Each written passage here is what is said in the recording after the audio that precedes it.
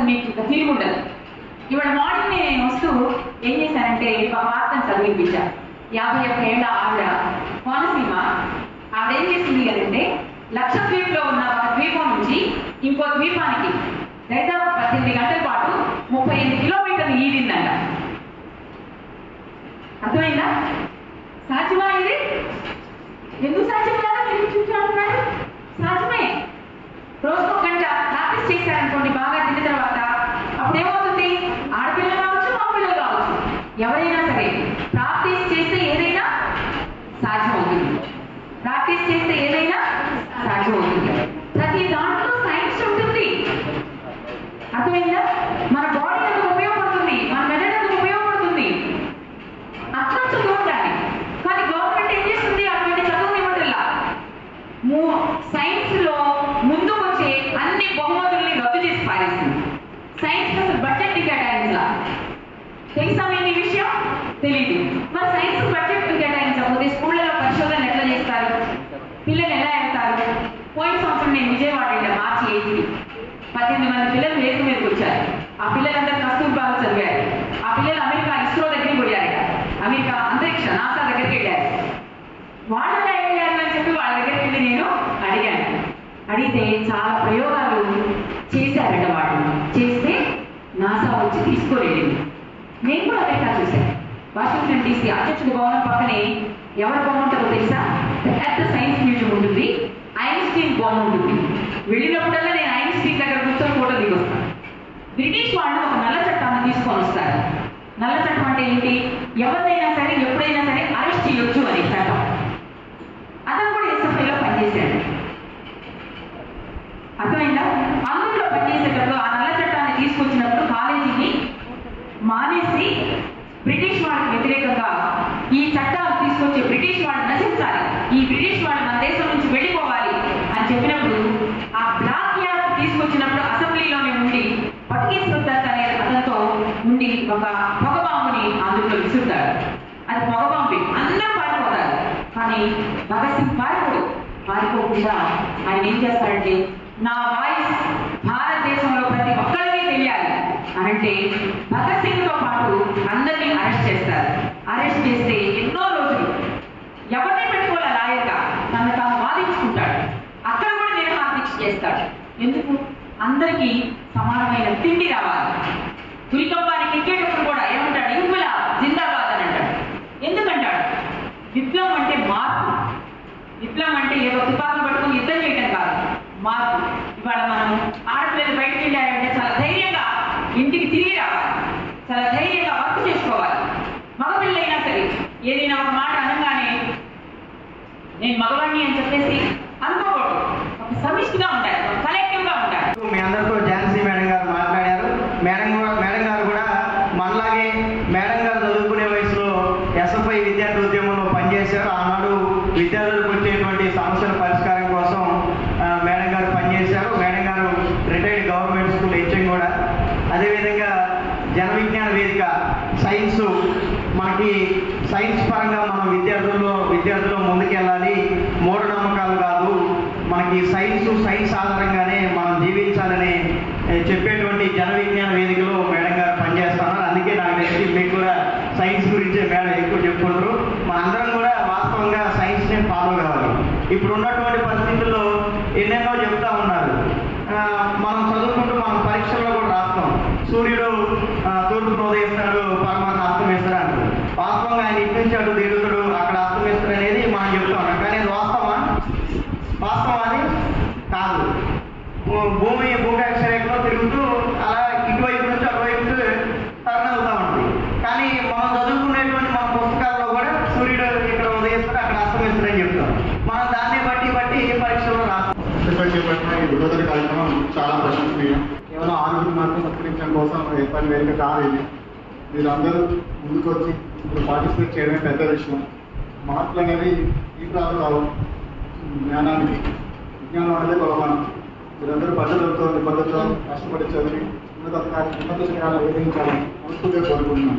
టాపర్స్కు మనం ప్రతి సంవత్సరం కూడా జిల్లా స్థాయిలో టాప్ 1గా వచ్చినటువంటి విద్యార్థికి 3000 ప్రైజ్ మనీ, అలాగే SFI ఇచ్చేటువంటి ప్రశంసా పత్రం షీల్డ్ని మనం ప్రతి సంవత్సరం అందిస్తాము. అదేవిధంగా ఈ సంవత్సరం కూడా నగదు బహుమతి షీల్డ్ ప్రశంసా పత్రాన్ని అందిస్తా ఉన్నాం.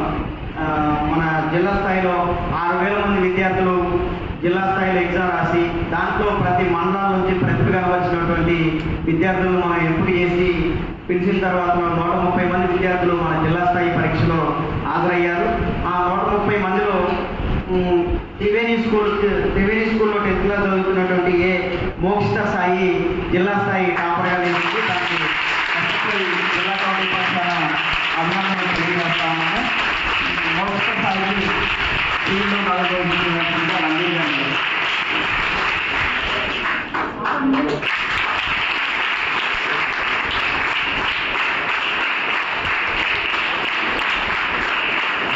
సెకండ్ ప్రైజ్ వాణి వివేకానంద.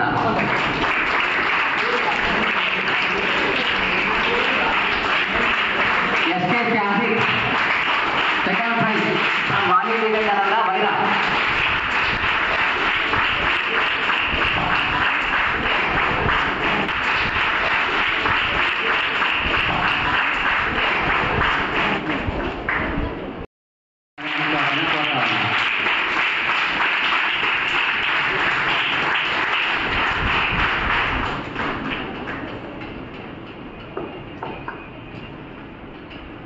తెలంగాణ సాయుధ పోరాటంలో కీలక పాత్ర పోషించి మన తెలంగాణ సాయుధ పోరాటంలో ఎంతోమంది పేదల పక్షాన్ని నిలబడి వారందరికీ చేయూతగా నిలిచి పేద ప్రజల పక్షాన్ని ఎన్నో పోరాటాలు నిర్వహించారు.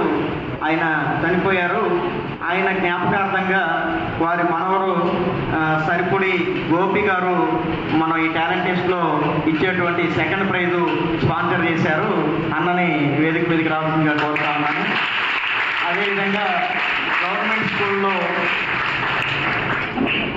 1, 2, 3 ప్రైజెస్తో పాటు కన్సోలేషన్ ప్రైజ్ అంటే ప్రైవేట్ స్కూళ్ళలో చదువుకునేటువంటి విద్యార్థులు నిరంతరం మీకు టైం కూడా ఇవ్వకుండా నిరంతరం మీకు ట్యూషన్లని హోంవర్క్స్ అని అది ఇది ఎన్నో పెడతా ఉంటారు. కానీ గవర్నమెంట్ స్కూళ్ళలో చదువుకునేటువంటి విద్యార్థులు వాళ్ళ స్కూల్ నుంచి ఇంటికి వెళ్ళాక వాళ్ళకి ఇంట్రెస్ట్ ఉంటే చదువుకుంటారు, లేకపోతే లేదు. కాబట్టి ప్రైవేట్ స్కూళ్ళలో చదువుకునేటువంటి విద్యార్థులతో పాటు వారు పోటీ పడగలుగుతారా లేదా అనే ఉద్దేశంతో మనం ఎస్ఎఫ్ఐ వాళ్ళకి ప్రత్యేకమైన ప్రభుత్వ స్కూళ్ళలో టాపర్గా నిలిచినటువంటి విద్యార్థికి ప్రత్యేకమైన కన్సోలేషన్ ప్రైజ్ కూడా ఇవ్వాలని ఈ టాలెంట్ టెస్ట్ నిర్వహించేప్పుడు మనం అనుకున్నాం. కానీ ప్రభుత్వ స్కూళ్ళలో చదువుకునే వారు కూడా ప్రైవేట్ స్కూళ్ళతో పోటీ పడుతూ ఉన్నారు. వాళ్ళతో పాటు ధీటుగా అరవింద్ కుమార్కి కూడా మార్క్స్ వచ్చాయి. అరవింద్ కుమార్ జెడ్పీహెచ్ఎస్ బోనకల్లు మండలంలోని చిరునవ్వుల ప్రభుత్వ పాఠశాలలో చదువుతున్నాడు. తమ్ముడు ప్రభుత్వ పాఠశాలలో. అరవింద్ కుమార్కి షూర్ని క్యాప్ని అందించవలసిందిగా గోపెనని రంజీర్ గారిని ఝాన్సీ మేడం గారు రాజేష్ అని అందరినీ కోరుతారు.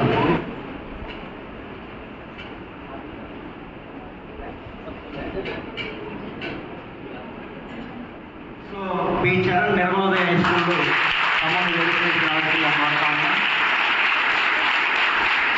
తమని లెవెంత్ అందించవలసిందిగా రాజేష్ అన్న రంజీర్ గారు ఝాన్సీ మేడం గారు.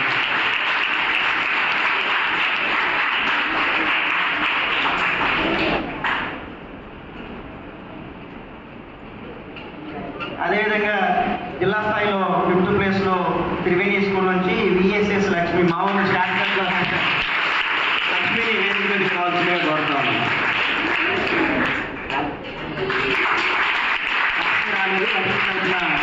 వాళ్ళ స్కూల్ ప్రారంభిస్తూ ఉన్నారు.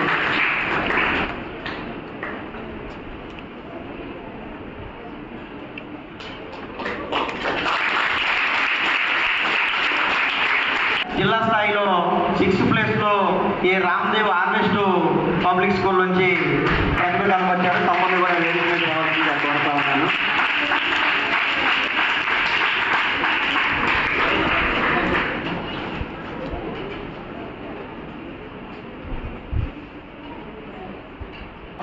సెవెంత్ ప్లేస్ బి సౌమ్యత బేబీమూర్ పాఠశాల చెల్లిని కూడా వేదిక మీద రావాల్సిందిగా కోరుతా ఉన్నాను.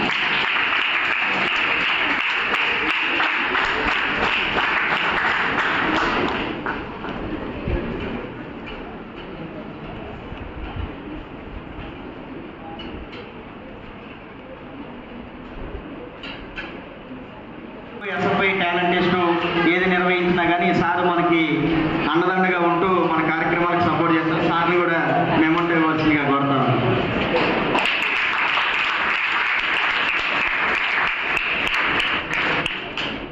మన జిల్లా స్థాయి టాలెంట్ టెస్ట్లో 9th ప్లేస్ పసుపులేటి అనూష తల్లాడ బాలభారతి పాఠశాల నుంచి ఎంపికైంది. తను ఇక్కడికి రాలేదు. మన ఎస్ఎఫ్ఐ అక్కడ ఉన్నటువంటి నాయకత్వం వాళ్ళ స్కూల్లో ఇలాగే ఒక అభినందన సభ నిర్వహించి తనకి అందజేస్తారు. జిల్లా స్థాయిలో 10th ప్లేస్ పి శృతి ఖమ్మం వివేకానంద స్కూల్ నుంచి ఎంపికైంది. చెల్లికి ఎస్ఎఫ్ఐ జిల్లా కమిటీ తరఫున అభినందనలు తెలియజేస్తాను.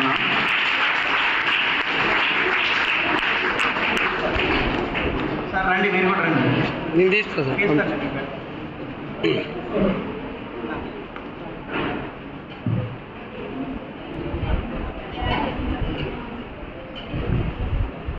సభాధ్యక్షులు, వేదిక మీద ఉన్న ముఖ్య అతిథులు, హాజరైన విద్యార్థులందరికీ నమస్కారం తెలియజేస్తూ ఈరోజు ప్రైజ్ గెలిచిన వారికి కంగ్రాచులేషన్స్ తెలియజేస్తూ, ఫ్రెండ్స్, ఎస్ఎఫ్ఐ విద్యార్థి అంటే ఈ సమాజాన్ని సంపూర్ణంగా అధ్యయనం చేయడమే కాదు, సమాజంలో ఏ రంగంలోనైనా రాణించడం అనేది ఒక క్రమశిక్షణ నేర్పే సంఘంగా చూడాల్సిన అవసరం. టాలెంట్ టెస్ట్ అనగా నాకు ఒకటి గుర్తుకొస్తుంది. 2007-8 ఆ సందర్భంలో జిల్లా స్థాయి టాలెంట్ టెస్ట్ని ఎస్ఎఫ్ఐ ప్రారంభించినప్పుడు ఖమ్మం జిల్లా జడ్జి స్వయంగా ఆ ఎస్ఎఫ్ఐ టాలెంట్కి వాళ్ళ పిల్లగాలను పట్టుకొని వచ్చి రాయించడమే కాదు, తర్వాత ప్రైజ్ డిస్ట్రిబ్యూషన్ కార్యక్రమం జరిగితే జెడ్పీ సెంటర్ గవర్నమెంట్ స్కూల్లో జరిగింది ఆ ప్రోగ్రాం. దానికి ఆయన ముఖ్య అతిథిగా రావడం జరిగింది. అయితే ఆ సందర్భంలో ప్రెస్ వాళ్ళు అడిగారు, అప్పుడు చాలా టాలెంట్ టెస్ట్, అప్పుడు పెద్ద పెద్ద కార్పొరేట్ స్కూల్స్ కూడా టాలెంట్ టెస్ట్ పెట్టి అక్కడ విజ్ఞానాన్ని ప్రదర్శించిన వాళ్ళకి బహుమతులు ఇచ్చేది, తర్వాత ఫ్రీ సీట్లు కూడా ఇచ్చేది. ఆ సందర్భంలో ప్రెస్ వాళ్ళు అడిగారు, మీరు జిల్లా జడ్జి స్థాయిలో ఉండి మీ పిల్లల్ని తీసుకొచ్చి ఒక ఆర్గనైజేషన్ పెట్టిన ఇట్లాంటి టాలెంట్ టెస్ట్ ఎందుకు రాపించారు అని అడిగితే ఆయన ఒక మాట చెప్పాడు. సహజంగా స్కూల్స్ నిర్వహించే టాలెంట్ టెస్ట్లో ఓన్లీ ఆ విద్యకు సంబంధించిన అంశాలు వీటి వరకే పరిమితమై ఉంటాయి. కానీ ఒక కాంపిటేటివ్గా అంటే ఐఐటి రామయ్య గారు లాంటి వ్యక్తులు, విద్యావేత్తలకు సంబంధించిన డైరెక్షన్స్లో కొంతమంది ప్రముఖ విద్యావేత్తలు నిర్వహించే ఒక పేపర్ తయారీలో ఒక క్రమశిక్షణయుతంగా నడిపే ఒక సంస్థ ఆధ్వర్యంలో మా పిల్లగాలను భాగస్వామ్యం చేయడం నాకు గర్వంగా ఉందని స్వయంగా జిల్లా జడ్జి ఆ రోజు ప్రకటించిన పరిస్థితి. అట్లాంటి ఒక క్రమశిక్షణ గల ఒక సంఘంలో ఈరోజు ఇక్కడ ఎంతమంది రాశారో నాకు తెలియదు. భాగస్వాములైన మీ అందరికీ హృదయపూర్వక అభినందనలు తెలియజేస్తూ, మీరు మరింత ఉన్నత శిఖరాలు ఒక ఆర్గనైజేషన్ అంటే పాలిటిక్సే కాదు, జనరల్గా ఎస్ఎఫ్ఐలో పనిచేసిన వాళ్ళు వివిధ రంగాల్లో ఉన్నారు. జడ్జిలుగా ఉన్నారు, పొలిటీషియన్స్గా ఉన్నారు, డాక్టర్స్గా ఉన్నారు, ఎనలిస్టులుగా ఉన్నారు, లేదు ఇంకా పై స్థాయిలో అనేక రంగాల్లో మనకు ఒక విజయాన్ని సాధించడానికి ఇది ఒక ప్లాట్ఫామ్గా ఉపయోగపడుతుంది తెలియజేస్తూ అవకాశం ఇచ్చిన ధన్యవాదాలు. మిత్రులారా, మనం ఎస్ఎఫ్ఐగా ప్రతి సంవత్సరం ఈ టాలెంట్ టెస్ట్ని నిర్వహిస్తాను, మీ అందరికీ తెలిసినటువంటి విషయం. అయితే ఈరోజు ఉన్నటువంటి పరిస్థితుల్లో డబ్బుల విషయాలైనా ఆస్తుల విషయాలైనా ఎలాంటి వచ్చినా సొంత అన్నదమ్ములే కలిసి ఉండేటువంటి పరిస్థితులు కనిపించలేదు. మనం ఎస్ఎఫ్ఐ చేసేటువంటి పోరాటాల్లో భాగస్వాములు కాలేకపోయినా మనం నిర్వహించేటువంటి ఇలాంటి టెస్టులను ప్రశంసిస్తూ అభినందిస్తూ మనకు కూడా కొందరు మనం అడగగానే సహకరిస్తూ మన ఎస్ఎఫ్ఐ మీరు ఇంకా ఎక్కువ విద్యార్థుల సమస్యలు పరిష్కరించే దానికోసం పోరాటాలు చేయాలని చెప్పి ఎంకరేజ్ చేస్తున్నారు. అదేవిధంగా మనం ఈ జిల్లా స్థాయిలో ఇచ్చేటువంటి ప్రైజ్ మనీ, మెమెంటోస్ ఏదైతే ఉన్నాయో వీటన్నిటిని కూడా మనకి కొంతమంది ఎస్ఎఫ్ఐలో పనిచేసినటువంటి నాయకత్వం కానివ్వండి, సమాజం పట్ల అవగాహన ఉన్నటువంటి వాళ్ళు కానివ్వండి మనకి స్పాన్సర్ చేశారు. వాళ్ళని కూడా ఒకసారి మీకు తెలియజేయాలనే ఉద్దేశంతో చెప్తా ఉన్నాను. రాయపూడి సాయిబాబా గారు అని చెప్పేసి అన్న ఎస్ఎఫ్ఐ మాజీ నాయకులు, వాళ్ళ నాన్నగారు రిటైర్డ్ మ్యాథ్స్ లెక్చరర్, ఆయన చనిపోయారు. ఆయన జ్ఞాపకార్థంగా సాయిబాబా అన్న మనం ఇప్పుడు విద్యార్థులకు ఇచ్చినటువంటి షీల్డ్లను స్పాన్సర్ చేశారు. మీ అందరి తరఫున ఎస్ఎఫ్ఐ జిల్లా కమిటీ తరఫున అన్నకి ధన్యవాదాలు తెలియజేస్తా ఉన్నాను. అదేవిధంగా సెకండ్ ప్రైజ్ 2,000 రూపాయలని వారి ఎస్ఎఫ్ఐకి సహకారం అందించారు. వారికి కూడా మనందరి తరఫున ధన్యవాదాలు తెలియజేస్తా ఉన్నాను. అదేవిధంగా రాయల్ సత్యం గారి జ్ఞాపకార్థంగా గోపెన్న మనకి ప్రభుత్వ పాఠశాలలో టాపర్గా వచ్చినటువంటి విద్యార్థికి 2,000 రూపాయలు ప్రైజ్ మనీని అందజేశారు. అన్నకు కూడా మనందరి తరఫున ధన్యవాదాలు తెలియజేస్తా ఉన్నాను. అదేవిధంగా గుర్రం కృష్ణకుమారి గారి జ్ఞాపకార్థంగా గుర్రం రాజేష్ అన్న ఎస్ఎఫ్ఐ మాజీ నాయకులు అన్న ప్రతి సంవత్సరం మన యొక్క టాలెంట్ టెస్ట్కి అన్న సహకారం అందిస్తూ ఉన్నారు. అన్న ఇక్కడే ఉన్నారు, మనకి పరిచయం కావాల్సిందిగా కోరుతా ఉన్నాను. ప్రతి సంవత్సరం మనం ఇచ్చేటువంటి ఈ 3వ ప్రైజ్ని అన్న ఒక 3 yearsగా అందజేస్తా ఉన్నారు. అందరికీ మనందరి తరఫున ధన్యవాదాలు తెలియజేస్తా ఉన్నాను.